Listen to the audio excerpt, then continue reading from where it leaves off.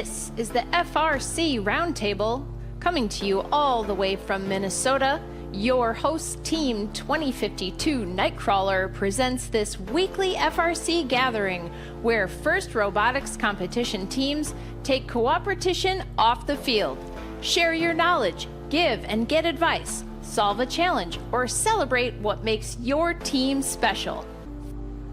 3, 2, 1, go! Hello, everyone, and welcome to the Sunday night FRC Roundtable. My name is Scott Davis. I'm a mentor with Team 2052 Nightcrawler. Normally, I would have a student co-host with me tonight, but today I'm running solo. So before we get started, there's a few notes here that I want to share with everyone. Sometimes I forget this, but tonight I remembered. The Roundtable is being recorded for YouTube and Spotify, and you must be 13 years or older to participate on the live call. If you're comfortable, we ask that you please use your cameras when you're speaking. The Roundtable is no longer exclusive to Minnesota teams, and we welcome teams and students and mentors from all FRC teams everywhere to join us. And for more information, including our complete privacy policy, you can find that at team2052.com/roundtable. Every week we try, and we're not always successful, but we try to do a What's on the Wiki. Nightcrawler this year has an initiative where we attempt to share information about how we run our team and resources that might be helpful to people. And tonight's topic is somewhat timely because we worked on bumpers this week. So on the wiki, you go to team2052.com/wiki, and you can see under number 2 here, there's a topic called Build Resources. And right here, there's a guide to building reversible bumpers. We created this about 3 years ago, and this is a guide that we've been following ever since. It's a PDF diagram full. Let's see if my screen share will actually let me show this or if it's going to open it in a new tab. No, it didn't work. But it's a many pages PDF. It's very large. It's full of lots of images and diagrams. And so if you want to build reversible bumpers or you struggle with them in the past, this is a guide that we've used to build our bumpers. This is using ground pool noodles, but we adapted it for Square last year, and the instructions really were the same. And so hopefully everyone will find that a helpful resource if that's something you need. Okay, so tonight's topic is being led by Nicole and her team. Nicole, do you want to introduce yourselves and the topic of the night, please? Sure. I'm Nicole Shasso. I'm the regional director for Minnesota, North Dakota, and South Dakota. And I do have to share that tonight I am representing Rise. Thank you. Nice.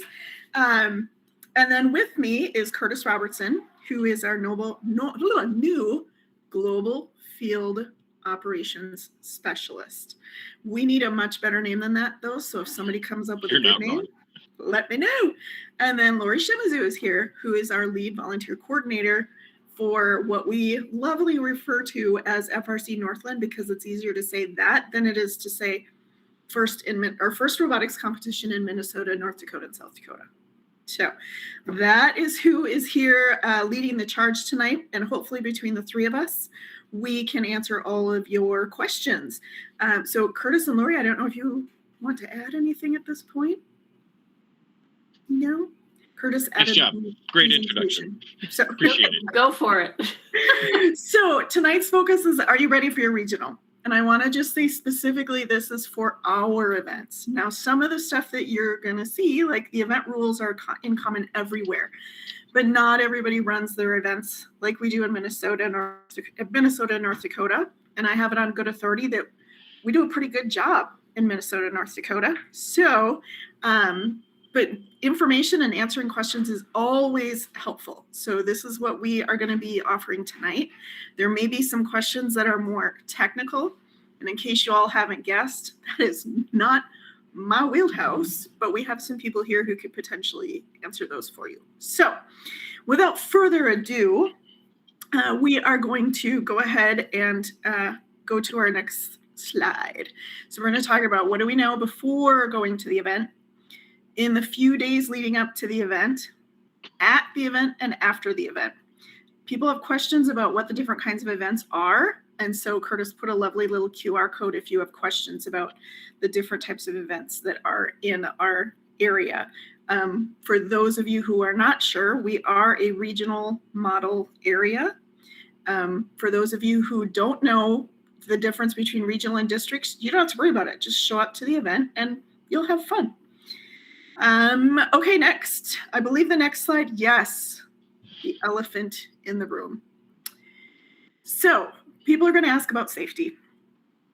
And hopefully this is going to be less of a topic for us by the time we get to our events. But I'm not holding my breath. This has been a topic of conversation for weeks and weeks and weeks, as you can guess.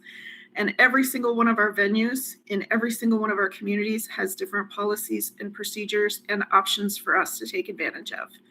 So what I can say to you right now is that absolutely the safety and security of everyone at our events is of the utmost importance. What that means at every event is going to look different. One of the reasons we're not sharing that, or at least not all of the details, is because we don't want all of the details out there publicly. Word travels fast in First Land, and we don't want to publish something to the teams and find it on Chief Delphi where people who we don't want to have access to that information now have access to that information. So we're trying to just keep some of our options and alternatives with a very small group of people. The other reason that we are not yet sharing a lot is because things change so fast, so very fast. And we could mention things now and release things now that could be completely irrelevant by tomorrow. Mm-hmm. That being said, we are releasing guidance to the teams about things that they should also consider in their planning for regionals. So for example, the things that happened while you were in the venue with us, you would hope that we would know more about that. But every single team is staying at a hotel or being transported in a different way to the event, or walking back and forth in different places, or considering going out for meals. And there's absolutely no way that we can know how all of that is happening. So there's a lot of conversations that can happen at the team level to prepare for a variety of safety concerns should they come up. So I would think that at this point it would be important, especially for our week 1 and week 2 events, to start having those conversations. But I know that First is putting together some guidance, and Curtis and I have a document that we've started to list the things that we have considered announcing to our teams, and hopefully we will get an approval and send that out very quickly to all of you. So in short, I didn't share a whole lot other than it absolutely is a priority. And when we know that we have plans that are hopefully not going to change, that we can share, we will do that. But we're not going to send out 3 or 4 different kinds of guidance, because that just makes things really confusing. So I am happy to answer questions about that now or later. But we just wanted to put that right out there, because this is, for many of our teams and our volunteers, this is of primary importance right now.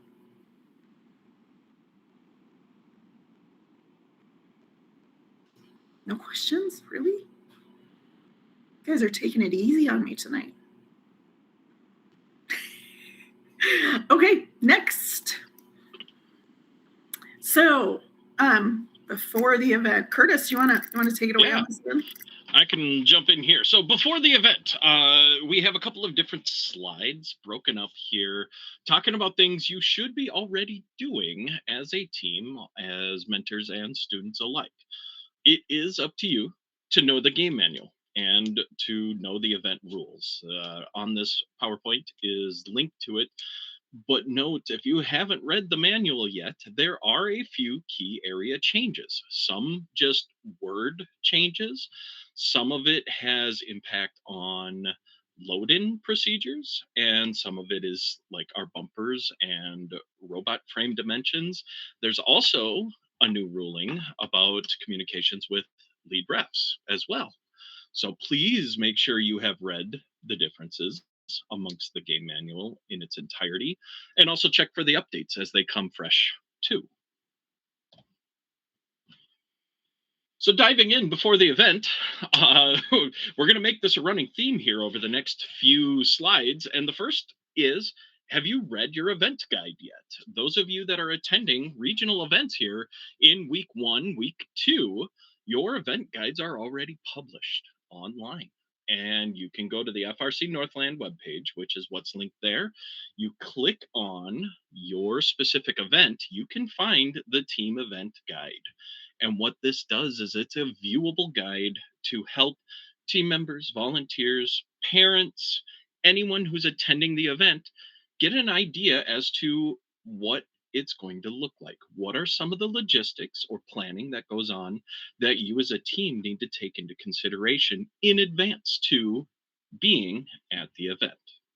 So as it says right there on the second bullet, the first half of the guide is specific to that event. And some of the items that are important to look at is the schedule. So if you're looking at the schedule, it'll tell you when workshop times are, when official load-in times are, what meal times take place.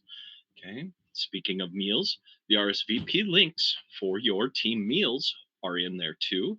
I highly recommend considering that. Also, we have at all of our venues this year, no outside food or beverage. And that is a hard no for all of the venues. It's been a point of contention, and they've let some people in inadvertently on occasions, but we've gotten pretty clear the idea of no. If you bring food in, they're going to say, nope, you can have it out in the parking lot. So please be respectful of that as you come through, as well as some of our events have team socials. So please talk with your coaches and mentors to make sure, are you interested in attending those social events? Or is it something you're not interested in? Check them out. They are a pretty awesome event for most of the ones I've been to as a coach and mentor as well at our regional events. Moving on to the next tab, again, continuing on, the second half of the manual or the event guide is going to follow accommodations. Okay, this year we have wheelchair and mobility access ramps that have been handled by a Minnesota sponsor, which is incredible for our drive stations. There is quiet space policies. I want to highlight, because this is going to be a running theme throughout as well, your behavior at events. And this is behavior for everyone, volunteers, coaches, mentors, and students and teammates alike. We should be following the E102 and the G201, be a good person, and how you act and how you interact with others. There's also some guidance on drive team best practices as well. And on the third slide of this particular set, the second half also contains a new policy in place for flyers. If you and your hub, your team want to hand out or distribute flyers to the other teams at the venue, there is a new policy in place. And please check it out and get those verified with Nicole or myself via email in advance to the regional event. And it's primarily stemming from certain things that had occurred last year where people were just handing them out and did not seek guidance in advance. New this year also, we are going to be implementing FRC Nexus at our events for queuing, inspections, and pit announcements. However, it is not a requirement for teams to leverage. FRC Nexus, for those who are unaware as to what it is, it's an online portal that allows you to scan a QR code, type in the event, and you can get notifications via Discord or text message as to, hey, match number 23, you are on Alliance number 3, you are queuing now. And it'll send you that message to your Discord or your text and otherwise. So it's a very handy app. It also has inspection details on there. Our inspectors will be walking around with tablets, and they have their entire inspection checklist on there and going through that. Plus, pit announcements will be taking place. So not only will you get notifications of queuing, but say team number 4480 is looking for insert part number here. Okay, those will be coming to you that way. Or if we have schedule changes or anything of that sorts that come through the pit announcements. Now, as another statement, it is not required. We will still be making pit announcements per the normal over the loudspeaker systems in there. But for those who've been to events, sometimes that gets a little muffled. So we're leveraging it this year for the first time. It's worked out nicely in some of our off-season events, but I encourage you, give it a whirl. Try it out, see how it runs. Continuing on in the event guide, we also have information about mentor gatherings, so mentor roundtables and meetings. We have a new team and award photos policy. Not to be too much of a shocker, but this year we are not allowing photos on the field just because of the sheer amount of elements that are taking place and the safety of folks and trying to get people out onto the fields to take photos. And it's become a bit of a hassle over the last few years with the addition of elements and some of the particular safety things that take place. So at each of our regional events, we are going to have designated photo areas where we have set up the feather banners with FRC and First Robotics Competition, and creating a photo wall area where we invite teams to bring your robot, everybody down, take photos in those areas so that we can allow the FTAs and our other field staff to maintain the flow and safety, particularly, of our fields. And the last note of item is tables are not going to be provided in the pits this year. Okay, we kind of started it last year, but this year it's holding true. So try to plan ahead as you attend our regional events. If you need a tabletop space or otherwise, maybe inquire, ask, see if you can find something portable or what could work in lieu of. Okay. Believe that's the majority of our before the event items. Is any questions that we can answer at this point in time? Curtis, I have a couple questions, but could you back up to the first of your 3 slides? Because I think I can. I want to make sure that I'm hitting the right things. Sure. The first one right here. Practice areas. Is this the one that so I have a question about the practice areas. Yes. I know, Nicole, you and I have already chatted about this, but I want to share this for the group. And I'm going to be running the practice area at 10,000 Lakes. Will our practice areas have high enough ceilings to shoot? Because the practice area for 10,000 Lakes and North Star that we traditionally use would not have ceilings that would allow us to shoot. The practice areas for North Star and 10,000 Lakes were moved out into the bowl, I guess, for lack of terminology. Okay, good. So we are going to be able to, we aren't going to have to worry about a ceiling height.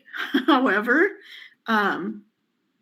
if we could kindly ask our teams to calibrate as much as possible before they get there.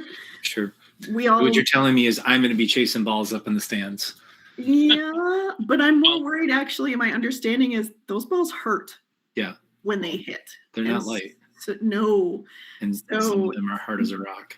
I said that wrong, Scott. I'm very concerned about you chasing balls through the stands. Thank you. But I'm also concerned about people getting schmucked in the head, because that does put our test area right out next to our pits. So it does. Okay. Are there any other? So those are the venues that I'm most familiar with. I'm not concerned about Duluth because the practice area in Duluth has always been fantastic. Are there other regionals that there's any practice field concerns that we should be aware of? For our 7 regionals, yes, all of our test areas are in large, like field house size, kind of. The ceilings are massive. So we aren't going to have to worry about a ceiling height. We moved Duluth back into Pioneer Hall so that it would have more ceiling height. So no, all of the test areas and practice fields will have plenty of ceiling height to deal with. Okay. And then Curtis, there was a question on, can we go to the next slide? I know RSVP. No, it wasn't this one. The next one, maybe. Oh, the handouts. When you talk about flyers, does this pre-approval, is that required for teams that have maybe a one-pager about their robot or their autos that they share with other teams? That is an on request flyer. They do not need to get that approved. We're talking about flyers that are like they want to post all over the event, or they want to walk around and give to each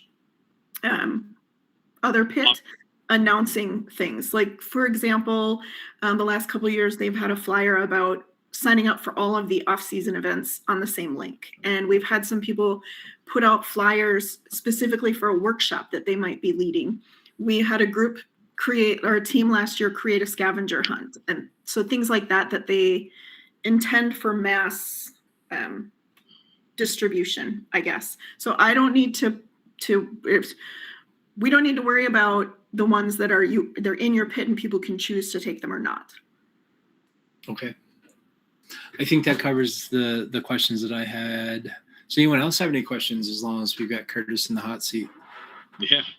And Nicole answering the questions. Oh, come on, give me a good one. You're doing a great job. All right. I think we can move on. Awesome. Well, I do have one other tab here, too, with talking about before the event. We're roughly 2 weeks out. Okay. Some of you are finishing up the CAD, working on the prototypes, and some have already had their robots up and moving and still needing to dial in. And otherwise, a couple of resources here. Okay. Leverage your hubs, hacks, conferences, coalitions, you name it. Talk to your neighbors. See how they're doing. Your team might be doing exceptional. They might be struggling. It's a community event, I find, more and more, and it truly helps, given our discussions with mentors and even team members in the past, that we as humans and as FRC folk tend to leverage our connections. So don't be shy in fostering and building those and reaching out just to check in, see how our neighbors are doing.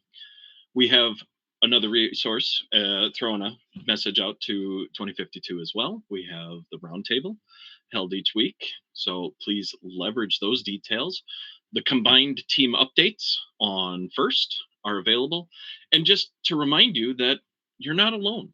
If you are struggling, reach out to the community at large. If you don't know who to get a hold of, please, by all means, reach out to Nicole or myself, and we could put you in touch with a neighbor. Okay. But just know that if you are struggling at this point in time, whether it be with a robot, whether it be with some sort of business, finance, transportation, logistics, anything, talk. Okay. You don't have to be living on your island by yourself. All right. And the last plug, PS, did you read that event guide? It's really important. Okay. It will guide you through all of the details of the event specifically. Folks that are traveling to Winona, you may want to read the guide specifically about load in and load out to transport to and from the fields. Okay. I do think you should try read the guide, but I'm not going to force you. It is a high point of contention that we do talk about. So, thank you for that, John. I appreciate it. Yeah, I appreciate it a lot. All right, so moving on before the event, let's talk about some days before the event. Nicole, do you want to jump in, or do you want me to keep on rolling? What's your feedback? I can give you a break on your voice. Fire away. Get some hot chocolate in. At least that's what mine is. Hot chocolate in a Mr. Rogers cup. Yes. Okay. Oh, good. John read it and printed it. Dave read it again and read it again. Yes, there are updates. All the updates we do are live to that. So sometimes we'll add, like 10,000 Lakes got theirs last Tuesday. We start 6 weeks before the event. So any updates, like for example, the form to order food, which hasn't been sent to us yet, will be added when it gets to us. So, okay, in the days before your event and or when you leave for your event, there's a lot of logistics that go into that. I will say that if this is a part that you have questions on, I would really, really reach out to your community, phone a friend, Chief Delphi, Minnesota Slack. I'm sure there's other resources out there because there's someone near you who's done it before. and they would be happy to offer some suggestions. I do know also that some of our teams work together to go to events together and help each other save expenses. So there's a lot of really amazing connections happening out there. So talk about your own safety plan and emergency procedures for your team. Did you make sure that you have transportation, and do you have enough travel time to get to and from? Permission slips or consent and release forms, whatever you want to refer to them as, we need consent and release forms for every person in our building. So mentors, students, even if you are not one of the lead mentors, we need a permission or a consent and release form for you. And you need to bring a printed roster with you to the event. I know this is not a surprise, but every year we get a couple handfuls of people who show up to the event without them. And if that's the case, you email either myself or Curtis, and we will print it out for you.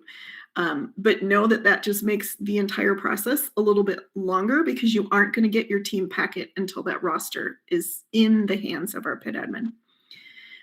Meal planning is important. All of our venues have an option to order meals in, and you cannot bring in outside food. Granite City is kind of an exception. They have 13, I think, approved vendors that you can bring in food for, but you can't just bring in anybody. Like, you can't cater in Dairy Queen kind of thing. This is something that our volunteers do not and should not enforce this rule. This is a venue policy, and the venue enforces it. And we know that they do because we hear about it every year.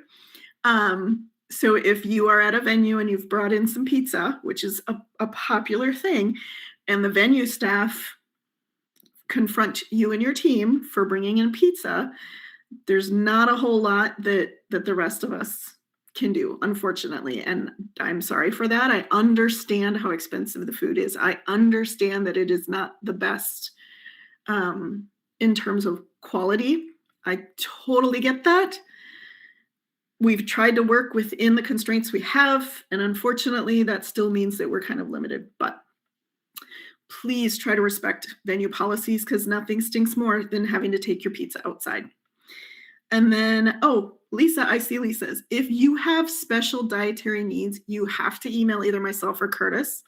We can give you permission to bring in outside food. And I'm not talking about special dietary needs like I don't like mushrooms, because I don't like mushrooms, sorry. I'm talking about I'm gluten-free, I'm lactose-free, I'm diabetic, and things like that. And then we can give you permission, and we will share that permission with our event manager. And then you will have that like printed out or carry it with you. And if when you come in, someone has an issue, you show them that and they know that it's okay. So please do that. Yeah, to go back to Lisa's questions, for those of you who are not aware, for 10,000 Lakes Regional, across the street at Williams Arena is the Minnesota State Boys Basketball Tournament. You can choose to eat wherever you want, but what I am going to say is that you will probably not find a place to eat that will serve you in the time that it takes, or that you have to eat your food. That makes this even more difficult, because of all of our locations, the university is the most strict about outside food. You absolutely can picnic outside. It's the end of March. It's the beginning of April. We're Midwestern folks. That's short weather. Ask Curtis. It's short weather. So you absolutely can eat outside of the venue and have a picnic, whatever you want to do. For those of you who've been there, it is not, there's now like picnic benches or shelters or any of that. So yeah. Hopefully there's not poor weather. Let's cross our fingers. And at the University of Minnesota, it is a cashless system. This has presented many, many issues. And we've tried to get an option for people to order concession cards in the past. And unfortunately, the first year we did it, it didn't work. So there isn't an easy solution. And I'm really, really sorry to have to say that. All of our other locations that have concessions do accept cash, Apple Pay, credit, debit, your left arm, whatever. So sometimes it feels like that. So food, any other meal planning questions before I? No. Okay. Parking money. Some of our locations do have a cost with parking. Duluth has a cost. Mariucci Arena has a cost, and depending where you park in St. Cloud, there's a cost there. Winona and Grand Forks do not have a cost, so please plan accordingly. Curtis, can you flip me over? There we go. Load in procedures. Some of our locations, I think it's just Duluth that you have to sign up ahead of time. We do that in Duluth because we're all loading in one door. And last year we tried it because we were all loading in one door, and so many people really appreciated it. Everyone wants to come at 6 o'clock, so then that means that quite a few people sit in line for 2 hours. And last year, because people knew when they were coming, no one sat in line for 2 hours. Unless you were in the unlucky group that had the door locked on you, you might have had to wait for half an hour. But Duluth does have a sign up, and the link is in the team event guide. Did we mention that you should read the team event guide? So please sign up for that. Everywhere else, the doors open at 6 o'clock for everybody. Scott, do you have a question about reading the event guide? There's an event guide? There's an event guide, yeah. My question is the deck still under construction around the deck? No. Is that Nope. okay? No construction. All right. But we're all still coming in one door. So my comment then is that last year signage was really bad trying to figure out where to go. I know that you send out a map in the event guide. There's an event guide, right? You Yes. send out a map of like where to go and how to drive. But I found that the signage was tricky last year. Plus someone had to go to the bathroom, so they closed off the street. Yes. And we all got locked out. And I think I drove around the deck 2-3 times to figure out where I was supposed to go. Yeah. And then realized that they had closed up the gate because someone had to use the restroom. Yeah. Okay, so my comment is maybe if there's a chance to have a little bit more signage for those of us who forget which way we're going and don't have a co-pilot to help navigate, that would be helpful. Yep. And it's usually dark in Duluth when we do load it's into that. dark, yeah. Doesn't help. We do have in Duluth, all of the pits will be back in back in Pioneer Hall, the big hall this year. That's the reason why we're all loading in through door 7. So we were able to get it all done last year with more teams. We will absolutely get it done this year. And because people sign up for their time slots, they're not sitting there in line for a couple of hours. It actually works pretty slick. So we do ask at all of our locations that everything is unloaded to the curb and the driver leaves, and then you load into the venue. The reason we do that is we have all those teams and all their stuff to load in. In Duluth, it's 3 hours because we have twice as many teams, but everywhere else it's 2 hours. So we ask that you pull up, completely unload, the driver leaves. The driver should never, ever leave the vehicle. So the driver leaves with the vehicle, and then they go park wherever the trailer parking is at that event. At that point, then everybody comes in to load into the venue, meaning six people, and at least one adult. Yes, Scott. Also another comment here, because we ran into this not last year, but the year before. Your volunteers that are helping manage the unload, could you please clarify with them that when you say the driver never leaves the vehicle, that doesn't mean that they don't get out of the vehicle? Because the first 2 years ago, I was told I was not allowed to get out of the vehicle. I said, I'm not going inside. I'm just going to help get things out of the trailer quicker. So that would be helpful to clarify with those folks that Thank you. leaving the vehicle is like you're always within touching distance of the vehicle, and you don't go inside. Thank you for that, because obviously when I said stay with the vehicle, I didn't imagine it was going to be that way. So, we were able to talk our way through it to say, well, this is going to take twice as long, but anyway, it might be good to clarify that with some of the folks. Thank you for that. Curtis is taking good notes for us. And John, yes, please show up between 6 and 7:30 at your event. Yes, load-in time is 6 to 8, but we ask if you're not in line by 7:30 that you plan to actually load in on Thursday morning. Our event volunteers can't leave until you all leave, and I can't leave until the event volunteers leave, and Lori can't leave until the event volunteers leave. So we try our best to get out of there as fast as possible. 6 people can set up the pit, at least 1 adult. And it can be 2 adults because that was part of the reason it was changed to 6, because some schools require 2 adults at all time. So next, what am I forgetting? Did I forget That's anything? it for the early part, really. Oh, if you are loading in Thursday morning, please email myself or Curtis, because on Wednesday night, we go through our list and we're like, did you hear from so-and-so? Did you hear from so-and-so? And it would really help. There we go. It was in there and I just didn't read it. It would really help for us to know ahead of time. Otherwise, we're calling you that night going, why aren't you here? So, yeah, I forgot that part. Okay. Well done. All right. We can start talking a little bit about at the event, unless anybody else has questions on load-in procedures. Sweet. So, Curtis, at the event. I heard that the instructions for load-in are in the team event guide. Is that right? Wait, what? I don't know. I'm going to have to go back and read that just to make sure. So, at the event, so for those of us, mentors, coaches, and even students who've never been to an event, Minnesota regionals are broken up into a 3-day schedule. We have a Thursday, Friday, Saturday. Wednesday, the night before, strictly for load-in, but it's not really counted as a day of the regional. We have Thursday starting, and this is just a quick snapshot of what to expect, but Thursday is going to be your load-in, if you have not, check-ins, inspections, and practice day. Making sure your robot's working, set up with the field at the venue and everything else. And there might be some workshops available, or maybe some VIP opportunities or student-led activities otherwise. Prime time to take a look. Friday, we have qualification matches that begin shortly after our opening ceremonies. At the end, we have a couple of awards that are distributed, particularly like Volunteer of the Year and Woody Flowers Finalist Awards. And then Saturday, we finish qualifications, begin playoffs, and we finish distributing the remainder of those awards at that time. Moving into the event, though, the one thing I kind of want to emphasize here, as well as Lori and Nicole, is follow that G201. Okay.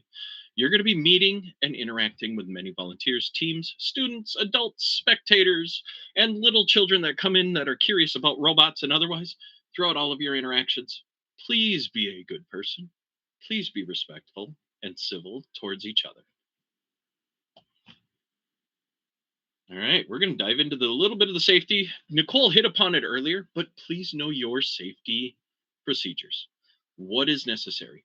Safety glasses need to be on in the pits areas and also in the fields and queuing. Okay, anywhere there is a robot that you could be interacting with, or if there's power tools or otherwise, you need to have safety glasses. And this counts for spectators, family members, anyone who comes through.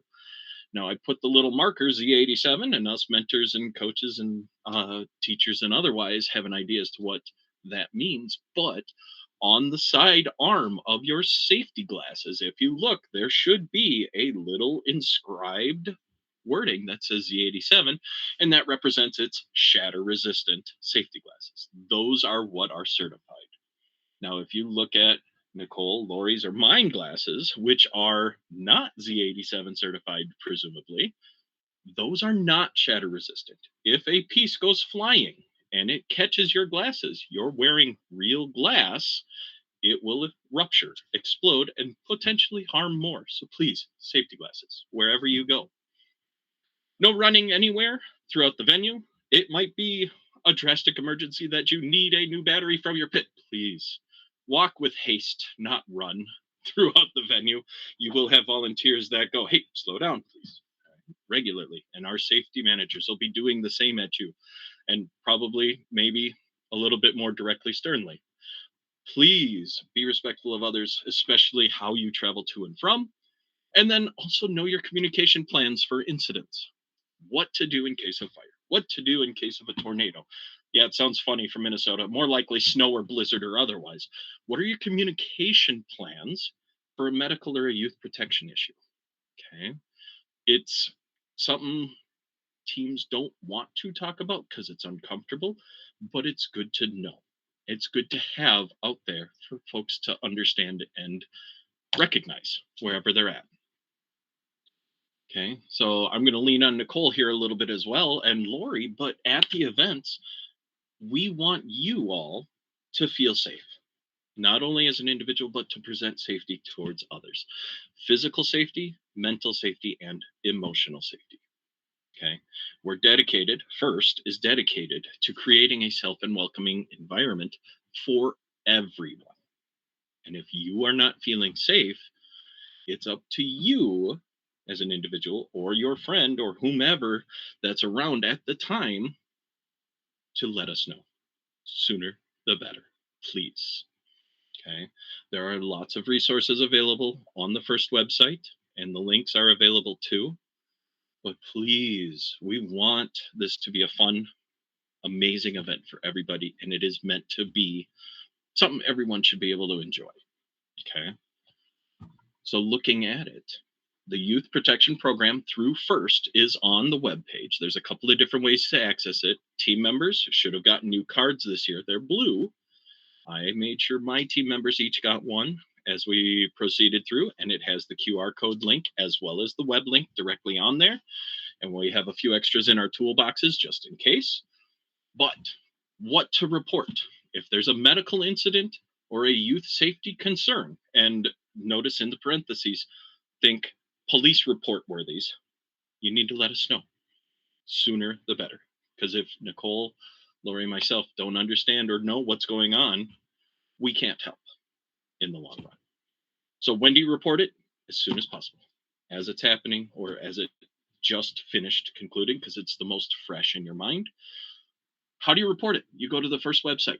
If you go to the general splash page, you could scroll all the way down and you'll find this link that's shown down here at the bottom where it says across all programs. Click on the youth protection program. It'll show you a website that has the two separate buttons then there following youth protection, and then it is the medical incident. Click on those, fill in the reports to the best of the details that you can as possible. Nicole or Lori, do you want to add anything else to that? I can share just for perspective. The reason that we ask you to think more along the lines of something that would be in a police report in terms of what to report to FIRST is that if it involves a student, then absolutely FIRST is going to take care of that. But if it's something that is like two mentors disagreeing, that isn't necessarily going to fall within FIRST's purview. And depending on what is going on that weekend at events and what incidents are happening, it could be months later before Curtis or I receive word of something happening at the event. So if we think along the lines of, serious kind of reports, absolutely those need to be in there. I have a background in social work, believe it or not. And then because of that, I know that the more we document and the more we share with FIRST, the more they are aware of what's going on out in the field. So when we come back from COVID and we say people forgot how to FIRST and gracious professionalism has kind of fallen off, they're like, well, what do you mean? What are you seeing? Well, the more that we can document any of these incidents, the better. But also realize that there's a lot going on. If FIRST has 60 events in one weekend, they're not necessarily going to get to the things that fall further down on the priority list. So that is why we go then to the next step that Curtis will cover about reporting it at the event in addition to the actual online report. So now I'll let Curtis do the next one. Woo-hoo, moving forward. So next slide. Hey, look at that. At the event, continuing on. So what do you report? And this is the way to phrase it, is anything that leaves you with an ick feeling, like you just don't feel good about it. Okay. That's when you should say something, when you need to bring it up. Okay. It is a good backup for official reports, as it states there, as well as things that just, they don't jive. They don't follow FIRST. And it makes you feel bad about what happened. Okay. So when do you report it? As mentioned earlier, as soon as possible. It's fresh in your mind. The details need to be there. Because if you're giving just a vague, well, they were like 5'7", brown hair, that doesn't give us a lot to go off of. So please try to include detail. As much as it's probably something you don't want to relive, we need to know that. Okay. And we want to handle it while the folks are still at the events too. So how do you report it? Okay. Nicole hit upon that. Nicole or myself are the first points of contact at the event. If you can't get a hold of us or you don't know where we are, guess what? There's two other major folks you can get a hold of. The first is your nearest volunteer. They're usually easy to pick out because they're all wearing the bright volunteer shirts, or, and I'm going to leverage Lori here in a little bit, when we talk about volunteers, some of them have slightly different apparel that they wear too. And then we have pit admin. Pit admin's located within the pits, and they are a great resource. They can radio Nicole, myself, to help and assist their following. So before you go on, Curtis, just to talk about volunteers. So every event has a volunteer coordinator.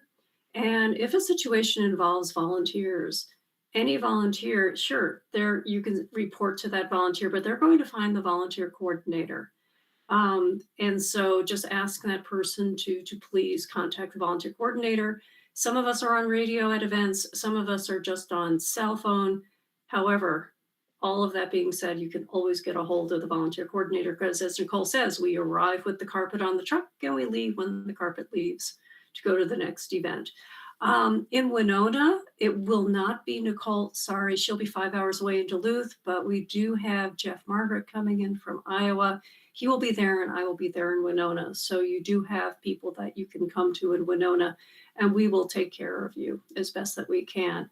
We want to hear about it. We want you to come to us. Mm-hmm. So don't hesitate. Absolutely.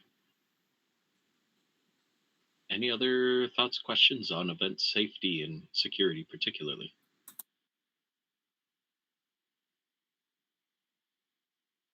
Okay, I believe that brings us into Lori's volunteers anyway. So good segue here. If you don't mind taking it away, Lori. All right. So who are the people in your neighborhood that are the volunteers that you're going to be interacting with most often, along with some of the individuals that Curtis has outlined here?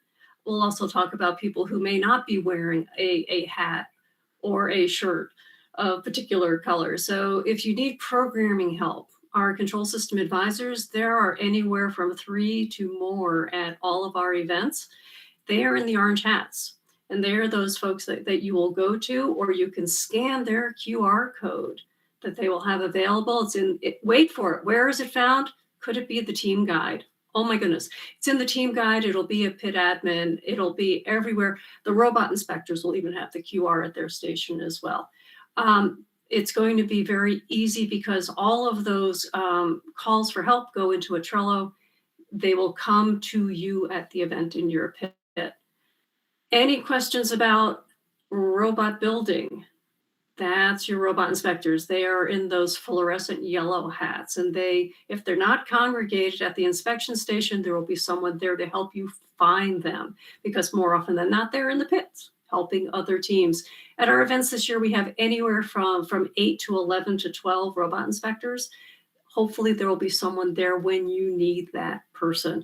Very helpful in Duluth, with all of the pits in Pioneer Hall, with about 16 or so robot inspectors on site. Hopefully we will be able to get to everybody as soon as you need that assistance.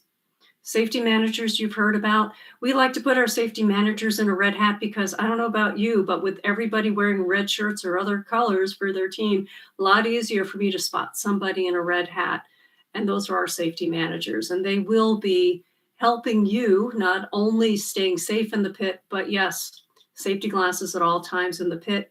You get a few minutes at the start of the pit, at pit open, to get to your pit to get your safety glasses, but within 10 minutes and work is starting. Everybody, please keep your eyes safe. I'd like you to leave with all of the limbs and eyes that you arrive with. That makes me a happy volunteer coordinator. Judges are on site on Fridays and Saturdays, and they wear blue polos. Pretty easy to spot in the pit. We have about 60 of them this year in Duluth to provide enough judge coverage up in those events. So hopefully if you need someone there. We also have 2 judge advisors in each of the events. So again, if you have questions, concerns, comments, fears, a judge can get you to the judge advisor. We will get you to the people that you need to talk to. Curtis has mentioned, all the pieces and parts. Absolutely ask the neighbors on either side of you in the pits if they have an extra widget. I don't even want to get into the tech stuff because I will not get anything correct. But sometimes the neighboring teams will have it, or you come up to pit admin. Again, we're going to try Nexus for pit admin and try to get announcements out that way so that you don't hear the wah, wah, wah of the loudspeakers in the pits. But we have a pretty high success rate of getting you the part that you would need. And also at every event, we do have EMTs on duty. The pit is open, the EMT is on duty, and they also are at pit admin. And I think, Jesse, you have a question. Sure. Regarding the parts needed and stuff like that, is the mentor lounges are still probably going to be a thing, and that's probably in the next slide. So I'm getting ahead of it, maybe. I don't know if I actually added the mentor lounge part into this, but if you want to put a plug, go for it. Sure. So I think this year at all the Minnesota or Northland events, there's going to be a mentor lounge. And being on the committee, we kind of discussed a few things about as a, finding somebody with the orange hat or the yellow hat is great. Sometimes they're busy and sometimes they can't get there. But there's a lot of mentors that have those skills too, but they're just busy with their teams. So we're going to have something set up at the mentor lounge where maybe it's a parking lot posted board type of thing where team 3275 needs a 90-tooth belt and we need help with path planner or something like that. We're also going to try to utilize the Slack channel for the respective regionals to post stuff on there because there's a lot of people with a lot of knowledge out there that can help out beyond just the traditional event volunteers. And also with the mentor lounge, I think they're going to have some coffee and water and stuff there. And it's just a place where you can take a 5-minute break and talk to another adult and maybe get away from the kids for a second if they're stressing you out. So that's going to be an option. So hopefully people can utilize that. That's my little spiel then. Thanks. I got one. I think I got 2 more slides here for you, Larry. Okay, pit administration. Got a question, they have answers, and if they don't have answers, they are the people who know who to call. So any question, concern, comment, please ask them at pit admin, except between the hours of 8:30 and 11 on Thursday morning when they are trying to get everybody checked in and make sure that all the rosters are in, that everyone has their consent release forms in. That is when they are at their most busy. However, if they can't get an answer for your question right away, they will call on Nicole, they will call on Curtis, they'll call on Jeff Margaret, they'll call on me down in Winona. We will take care of you at pit admin. The queuers, those are folks, they also are going to be using Nexus and they will be using tablets for the most part. And they are there to make sure that, yes, you are called to your match and they're going to make sure that you get to the field on time for that match. The referees, they are all in zebra stripe jerseys. The head ref wears yellow. For the most part, it's yellow and black. The FTA on the field is wearing blue FTA shirts. They are the folks who are really in charge of all the field operations. They're the ones running the driver's meeting at 9 o'clock on Thursday mornings. They are assisted by FTAAs who may or may not be wearing anything that gives them that visual sign that they're the FTAA. Mostly they're running around in regular volunteer shirts, which I will tell you this year are gray. Sorry, we're going to blend in with the scenery. Sorry about that. Sounds kind of drab. We're all in charcoal gray, well, light charcoal, I guess. Just a note about all of the usage of Slack and other devices that pull in perhaps on Wi-Fi or hotspots or everything else. If you want, and I'm very serious about this, if you would really like Nexus to work so that you're getting to your matches on time, that you're getting pit admin announcements, that the CSAs can get to you for help, that the robot inspectors can inspect your robot, we are asking everyone to please curtail their use of hotspots and Wi-Fi and everything else that could interfere with Nexus. If Nexus goes down, that's going to be a problem for queuing. most of all. So we're really trying to make sure that that stays up and running. So that's just my one plea for trying to keep that to a minimum. Okay. And there are events that still need volunteers. So just one note about that, we're in the 2-week window ahead of events for week 1 events. Many of the roles have actually now been filled. So if you were to go into your dashboard and look for events and look for roles, you may see that, oh my gosh, it's just the practice area. Please sign up for that. And it might be the machine shop needs some additional people.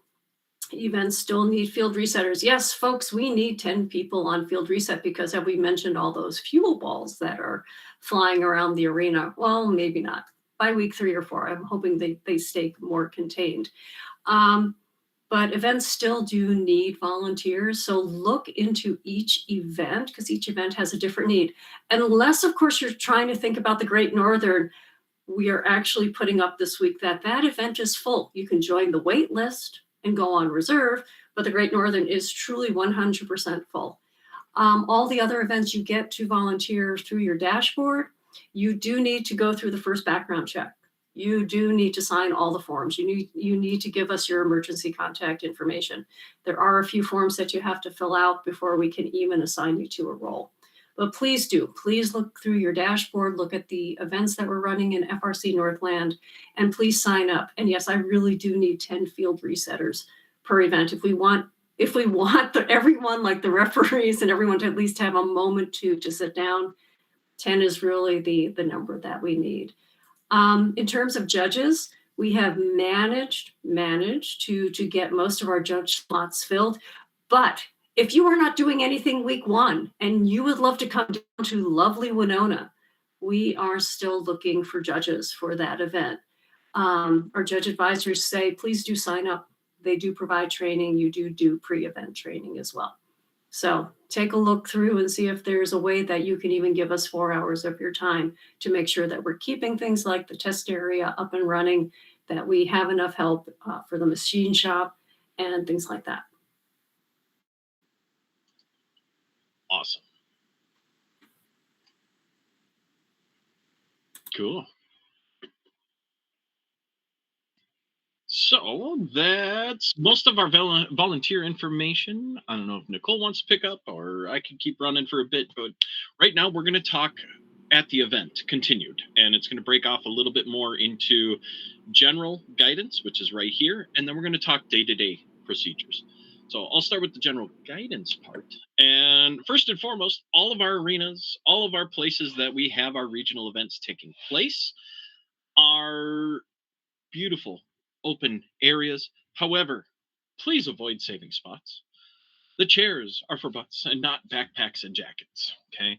If you're going to Mariucci with 10,000 Lakes or North Star, please put them over on the pit side. You can use all of that seating area that's not around the bowl itself of the arena. If we're looking at Duluth, okay, try to keep the seats that are present open and available. Backpacks, jackets, seat saving is not allowed. And that is conveniently in the team guide as well. Looking forward, again, we're bringing up pit admin. They are your go-to for support. Following Woody Flowers, okay? Use your gracious professionalism wherever you go. Keep on track of G201 in all of your interactions. And this is something I, as a mentor, do, but thinking with our current circumstances and our climate, pack mentality. Go with others wherever you plan on going. Bring a friend with you wherever you go. Think of your youth protection safety, okay? And more specifically, try to avoid as much as possible. I understand that it's sometimes unavoidable. If you're leaving the venue for whatever cause, reason, or otherwise, try to be with a pack or a few people, not just yourself ever. Okay. And it's just given the current situation and circumstances here in Minnesota, it is encouraged to stay safe, have other eyes on you and with you at our events. I don't know, Nicole, you want to pick up or do you want me to keep running? You can take a break. All right. Okay, so day one, which is Thursday, when we open the doors, the mentors are asked to, one mentor is asked to go to pit admin with the printed roster. Please bring your printed roster with you. If we didn't say that enough, please bring your printed roster with you. Anyone who did not sign an online consent release must have a paper consent release in order to be at the event. And I mean mentors and students. Please, please, please make sure before you leave that you have all those consent and release forms. Otherwise, we have to ask people to leave, and that is the worst thing to have to do. Start your inspection queue. Lori, I believe we're doing weigh-in on Wednesday night again. Yes, that is for event-ready robots. You will not be able to go into your pit and assemble your robot and get weighed. If your robot is ready, you can take it over there and be weighed, but you cannot do any work on it on Wednesday night because your pits are not open for that. Make sure your bumpers are off and your batteries are out when you go to get weighed. Load Nexus when you can on Thursday morning with your team pack. You will get a slip of paper that has a QR code that is specific to your team. Anyone from your team who wants alerts for your team will need to scan that code and get to all of your practice matches. And these ones we're referring to are the practice matches on the field, the playing field. So you do not have to have an inspection in order to get on the playing field on Thursday for practice matches. However, you do need to have a current inspection sticker to get on the practice field that is just for practice if you have a full-size practice field at your event. So for example, since Jesse's on here making himself known, NMRC does bring a full field to Great Northern. That is our practice field. You need a current inspection sticker in order to be on that practice field. There will also be individual elements that come from FIRST, and that is now called the test area to differentiate between the two. You do not need to have a current inspection sticker for that. Questions about any of this? I want to add one addendum too. On Yes. Thursday with practice matches, you get up to 3 practice matches dedicated to each of you. You don't have to pass inspections. If you pass inspections following, you can stand in a general queue to fill in for teams that miss as well. It's encouraged. Get your 3. Even if you're not ready or you haven't finished inspections or otherwise, talk with your inspectors and say, hey, we have a practice match coming up. We really would like to get out there. They're cool with that. Please do that. Get your practice and then come back and finish your inspections. Scott. You may have said this. I was sort of monitoring the chat. Does the venue close immediately after the last practice match again this year? Okay, so Yes. word to the wise for everybody who's either listening or watching. If you are in one of the first 3 matches on Friday morning, I highly recommend not using the fill-in queue because if your robot breaks, you won't have time to fix it. So that was a change last year, right? That there was no extra Yes. time after practice matches. On Thursday So- evening, the pits close at 6:30. Yeah. So make sure you know when your first match is on Friday, because if you're in that last fill-in practice match to get in a few more reps before the competition starts and your intake gets knocked off, it could be really bad if you're in match 1 or 2. Thank you, Scott. All right, we got second day. So it's the first official day of competition. Beyond practice matches, we're going to have opening ceremonies. We'll have national anthems take place, a couple of guest speakers, some videos, hype you up. Our MCs will be on the field. And then we're going to start qualification matches. Qualification matches are going to run immediately following opening ceremonies, and they're going to go until roughly 4:35, 5:30, depending on how delayed some of them might be, depending on field reset. By the way, we need some extra field resetters because it might take a bit.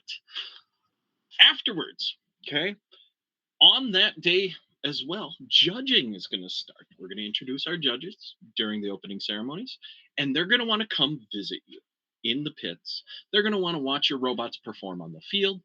And it's highly encouraged for folks who haven't been to regional events or maybe haven't seen the experience. We got a photo here in the background. They're walking around with those blue polos. They're going to come up to your team and they're going to be like, "Hi, my name is, I'd love to talk to you about your team or your robot or insert whatever." And they want to just have conversations with you and your team members about all the amazing things you've been putting on and you've been doing as a team. Okay. So please have awesome discussions with them. They come from all walks of life as well, and they want to know more about you and your team. At the conclusion of Friday, after not the practice matches, but the first round of qualification matches is complete, we will host our mentor parade, in which case all our mentors are encouraged to line up based on year, and we will parade them through. And then we do have a few follow-up awards that are going to be delivered at that point in time. We kind of hinted about like Volunteer of the Year, Woody Flowers Finalist Award. I believe they might be like our train car awards and some of the deck awards too at that potential time, depending on where you're at. So that's day 2. Day 3 leads us into the... Before you go on, Chris, fire away. I hate to contradict both of you, but Rule E601, test and practice areas. A team may only use the designated test or practice areas with a robot that has passed an initial complete inspection. Rule E601. I phoned a friend, I will admit, because I thought for sure I had read that somewhere. So tip of the hat to our other volunteer coordinators who are writing back to me saying, "Ooh, I think they do need the inspection sticker." So thank you. So Lori, where did you find that rule? Was that in the team manual or was that in the game manual? It's Rule E601, wherever E601 is showing That up. would be the game manual then. We will have to put a little note in the team event guides. Did you read the team event guides yet? Thank you for that addendum, Lori. I appreciate that. So day 3. Curtis, wait, before you move on, I want to, back in your slide about judging, I want to throw out a pitch here. We had our Northland Judge Advisors on the Roundtable, episode 85. So if you go to our YouTube channel or Spotify and you look up episode 85, we have an entire roundtable on the judging process, which could be very helpful for any folks that are looking for more information on how the judging process works. Awesome. No, that's fabulous. Thank you. I totally forgot to add that moment in there. Appreciate it. All right, moving on to day 3. It's going to be a lot of wash, rinse, repeat. Opening ceremonies are going to take place. We're going to have qualification matches take over one more time. But then just before lunch break, we're going to dive into alliance selections. And this is a bit of a process. We pull out the top 8 teams. They get to do their picks and choices, all in the game manual if you want an insight. And there are some awesome YouTube videos that share specifically how selections work and how the tournament process works for double elimination playoffs. It's in the 10.6 area of the game manual. Playoffs are going to take place following lunch. Cheer loud. Cheer for your favorite alliance, favorite teams. Go crazy. And in between, during some of the breaks, they will begin distributing some of the awards as well, I believe, because it just helps speed up the closing down time now, getting out of the arena and venues, especially so folks aren't coming home at midnight or later at the conclusions of events. Any questions about day 3 or additional comments?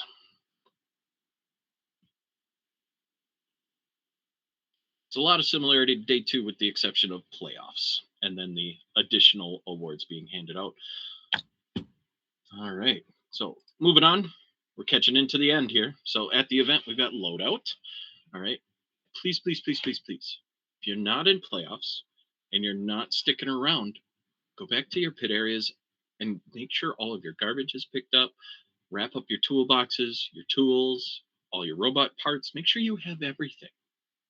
Pack it up, secure it, maybe move it out just a little bit of your pit area, sweep up, clean up all your wrappers and other spills or otherwise. And once you have everything secured, ready to transport, please visit pit admin and talk with the safety manager to get a loadout card. The loadout slip gives your driver of your trailer a time and that the proof that you as a team are ready to load out. Okay, so again, please visit pit admin and your safety manager after your pit is fully picked up and ready to ship out. Vehicles that do show up without that loadout slip are going to be asked to go around again. And that's a big waste of time for many folks. So please make sure that loadout slip is in hand. So Curtis, I'll chime in here because this is something that we tried to do at all of our events. I believe all of our events last year, but it is a recent addition. And the reason for that is because you've all been there, when we've had buses pull up to the loadout area and they won't leave until everybody's loaded into the bus 3 hours later. And that just makes everything crazy for everyone else. So this was an attempt to try to make sure that the people who are in the loading area, that their team is actually ready to load out. We had one year in Duluth. I loved it. The vehicle pulled up to load in and everybody on that team was at Dairy Queen getting an ice cream cone, which is important. Ice cream's important, but that held up everything. So please do. This is our procedure that we're trying to do at all of our events, that when you're ready, you go to the safety manager and get the loadout slip. You'll take your loadout slip to the loading manager and get your time. And then there's instructions on there 20 minutes before your time, have your vehicle line up. And when your team is literally at the door with all of your belongings, they will let your vehicle come forward. So there's a lot of moving parts that are going to go into loadout to make sure that when you are parked at the door to load out, both the driver and the team are actually ready to go. And we're not having backup issues because someone's parked there for 3 hours and won't let anybody else in. So we're attempting to do it as a courtesy to all of the teams that need to get through that area in a very short period of time. Amazing. I have a continuation. Oh, no, I guess I did add it all into that one. So any questions about loadout? I think we kind of laid it out, but that is also in the event manuals too. We have examples of those loadout slips in there too. Okay, after the event. I don't know if anybody wants to chime in, but moving on. I can handle this. You can take a break again, All right. Curtis. I'll spell you. So if you're going on to champs, we are working on, Amazon's going to have trucks for us to go to championship. We're working on that again. We hope to have something ready to give to teams at the end of week 1 so they know how to plan and sign up and all that good stuff. So I would encourage you to do that. We are working hard at we would love it nothing more than for every single team to be loaded onto an Amazon truck in anywhere that can be reached by an Amazon truck and bring them all to championship. Because can you imagine being able to just unload a bunch of teams instead of all those individual vehicles? Wow. So more will come. You will get an event survey within a week or 2 of your event asking you to rate your experience at that event. That particular event survey, while it does make its way to us, it is also extremely helpful to FIRST in terms of the information they need in order to plan future events and or the actual game, things like that. Follow up with your sponsors and supporters and say thank you, send them some cards, some pictures, stop by with your robot, whatever it is that you need to do to schmooze them up really good. And then if you have a second event, or third or fourth or whatever, get ready for the next one. Make all of your improvements to your robot and make sure everything's in working order again. Next. In summary, make sure you check the game manual, the FIRST game manual. There's so much on there. I know that there's teams who print out the whole shebang and have it in their pit. Check the team event guide, which is the one that is linked on the FRC Northland website that has everything you need for our events. Have a team safety meeting before you go to the event. Please remember G201, be a good person, and E101, be nice. 102. 102. I was so close. Show your gracious professionalism at our events on your way to and from events. We all represent FIRST, and I love nothing more than after I leave an event for a hotel to call and be like, your students are amazing. Your students are absolutely incredible. Thank you very much. Now those mentors, no, I'm kidding. They don't do that. Our mentors are also lovely.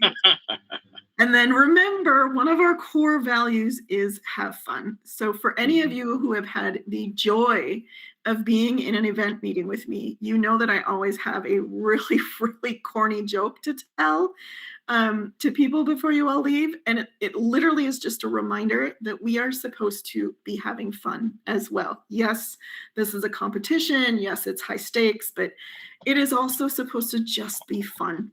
And then did you read the event guide? I know, we hit that kind of hard. Yes, we did. Do we have another slide, or is that it? We have the peanut gallery, I think. Okay, presented by myself and Lori and Curtis. So now is your chance to open up for questions. You can sit on the bed. Sorry about that. Oop. Hey, we love peanut galleries. No, they're good. Questions? Kind of a lot. We didn't really I can't believe we hit everything. Scott, I sent you the link as well for the PowerPoint. So if you Yeah. don't mind posting that, that'd be fabulous. I'll too. put the link for these slides on the YouTube. That's probably the easiest place to find it. So I'll add it to the show notes for the YouTube. Yeah, you guys did great and timely too. 8:20, nice job. Somebody must have a question. I've been doing most of the questions tonight. Anyone else want to throw something out there? Have a question about everything that we heard tonight? I tried to keep an eye on comments too, so I don't think we missed anything, but if I did, please let me know. I just want to put a plug in then. Otherwise, Jesse hinted about it, but the mentor lounges are new this year that we're going to be trying out. We're going to try to locate them somewhere within the pit areas, and it's a spot for mentors to get together. Just chat, get away for a few moments, take a breather, or go visit. Say, hey, you want to go chat in the lounge for a quick moment? I got a couple of questions that maybe students don't need to be around with or otherwise, and we're looking at posting a couple of bits of information, either I need help or I can give you help type areas too. I thought of a question. Yes. It was in a slide earlier. I think it was in Curtis's slides about quiet areas. Have there been any changes to the quiet areas this year?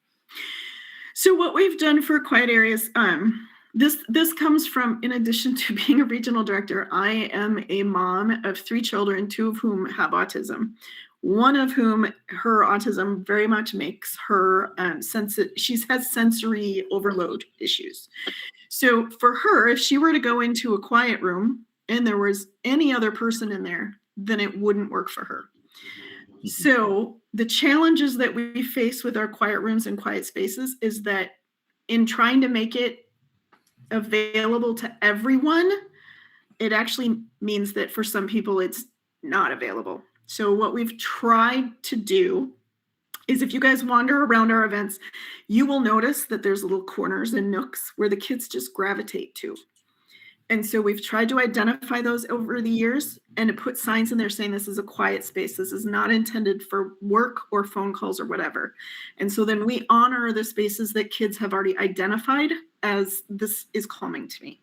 We always have another room set aside that is meant to be the extreme version of quiet room, so that those students who really do have sensory overload or need dark and quiet for a traumatic brain injury or whatever it is that comes up, we need to be able to have a space that is truly a dark, quiet space for some of those students. That space is only available by asking at pit admin, and then either myself or the event manager will show them to that room. There doesn't need to be anybody else in that room with them because it's meant for them alone. In the past, we were like, bring your own mentor. We don't need to do that anymore. It's one person in that room and one person only. And it's that student. So we've tried to be able to honor the different stages of what people need for quiet, calm, dark, whatever it is that they need. There is no perfect solution, unfortunately, but that is what we've attempted to do. So my question was going to be, are we going to require 2 mentors again? But you've already answered that question. And then the other areas that are kind of these quiet nooks, those are all open public spaces. So we also don't need to have the YPP 2 mentors to a student type thing because they're kind of public in the hallways or corners or whatever. They are public spaces. They just tend to be out of the main traffic flow. So a little bit quieter. And for some of our students, that is all they need. Right. Yeah. They just need to get out of the chaos for a bit. Yes. Yeah. Yes. That's good to know. And I think that's a positive change. So thank you for that. Thank you.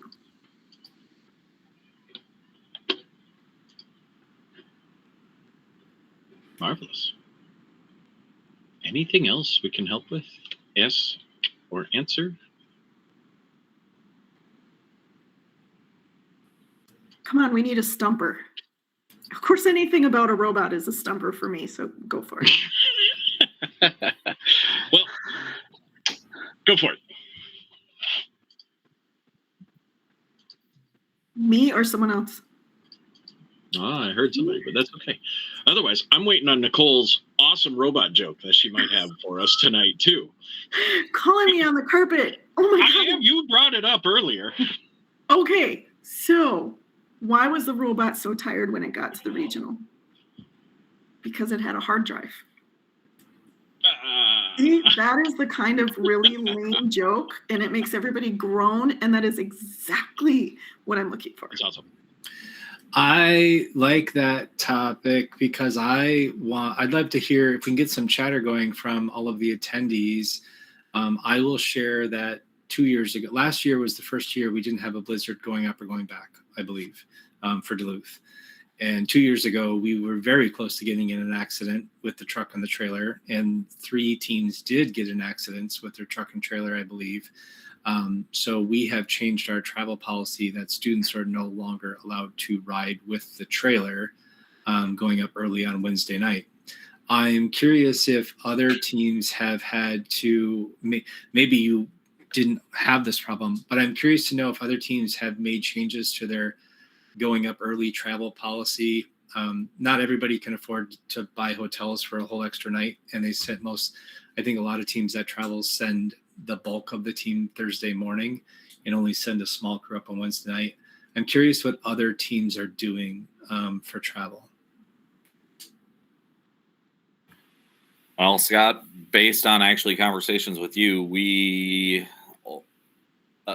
the only student that's allowed to drive with the trailer is the one that's child of the driver. So based on you actually talking about your guys' experience and experiences you've heard of. So we've actually done that, which actually kind of made it a little bit of a challenge of the 6 for the load in of, okay, how do we make it work? Right. So, but we got it. I will share that also has created a problem for us, but we just bet on the fact that there would be plenty of people around, and we've often just unloaded with 2 people and wrangled some extra folks to help us push our toolboxes into the venue, because it can be really tricky to get everyone up there at the same time to do an unload when you can't put 2 or 3 students in the backseat of an extended cat pickup to help you unload. I will share that specifically at Duluth and Grand Forks, they do have some teams who have stepped up and offered students to be able to wheel things in. They cannot take anything out of boxes or set anything up for you, but they can wheel it in and place it into your pit. And if you only have a couple of people and all you can do is get it into your pit, then that's fine. Nobody says you actually have to set up your pit on Wednesday night or Thursday right away in the morning. So that is an option. I also know that our other events, it may not be an advance kind of thing, but I absolutely have seen our students jump and help other people. So wave your hand and we will be happy to help if it ends up being 1 or 2 or 3 people and they just need a hand. We've done that plenty of times. We've never, ever had a problem finding people to help us push our stuff into the pit. So anyway, I wanted to share that advice because, you know, this is the age of safety. We're having lots of conversations about safety this year. And it's just the weather is always an aspect for Minnesota. So if you're new to competing in Minnesota, depending on how far you're coming or whether you're driving there or not, something to consider. Jesse, you get your hand up. Go ahead. Sure. I was just going to touch on some transportation stuff with our district. We're fortunate enough that our district provides vans for us to drive. The coaches drive them. We usually take 3 vans. 2 of the vans are towing trailers over to Grand Forks for sure. All the students are in the vans as long as they're district owned. The school doesn't have a problem with it. We also take our conference pickup over to Grand Forks. Students are not allowed to ride in that. District policy says that students cannot ride in a personal vehicle under any circumstances, basically. So, yeah, and the other thing about travel in Grand Forks, which seems to happen every year, is we always tell the district, like, we might have to stay Saturday night. Like, you just don't know. So if you're coming from abroad, historically, Grand Forks can get some weather where they actually close down roads and travel is not even possible, let alone not advised. So that's just the reality of the situation. So that's how we do our stuff. Hopefully we'll have good weather like we did last year. I think honestly, this is my 11th year. I think last year was the first year we did not have a snowstorm on either on the way up or the way back. That's because they saved it for Grand Forks. Oh yes, Grand Forks had a bad storm. Yeah. All right. Well, it's 8:30. Thank you to everyone. I have a plea. I have a call for help. We do not have anything scheduled for next week. So, and actually we have lots of opening spots on the roundtable going forward. So if you have something that your team has presented someplace else, if you're looking for advice or help and you think you could pull together at least an hour-long discussion and you can lead that discussion, it does not have to be a presentation. You should not feel obligated to prepare a slide deck or anything.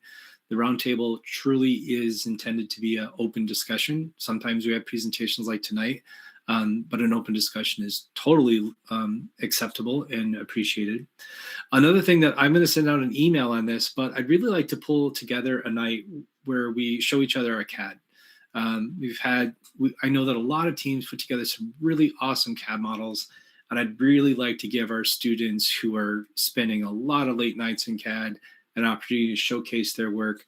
And so I think we'll probably end up scheduling that towards week 2, week 3, sometime when most teams have probably got their CAD wrapped up by then. But I'll be sending out an email looking for folks that want to help and participate in that.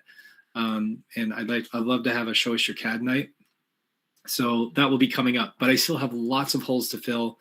A great way to fill holes in the schedule, especially as we get into April and May, is I'd really love to have some more of get to know my team. I think we've had 6 so far where teams came in and you get to know the team. Talon 2502 has actually done 2. They did get to know our engineering team, and then they had a get to know our non-engineering, our business media team. So, I mean, if you feel like you've got too much to fit in one session, we've done that before. But it'd be great. And if you feel like, oh, we're too little, we don't do anything special, that's not true. please come in and share how such a small team can accomplish so much, and get advice and give advice with everyone else. All right, with that, thank you very much. And I hope to see you all next week. I don't know what our topic is going to be yet, but hopefully we'll have one. Otherwise, maybe we'll just sit around and talk about what a challenge this year's game was and how in the world we got everything to fit in such a small frame parameter. All right. Thank you, everyone. Have a great night. That's it for this week's FRC Roundtable. Join us live all season long, every Sunday night. Visit the website at team2052.com/roundtable to sign up for weekly invites. In the meantime, keep building, keep learning, and we'll see you next week.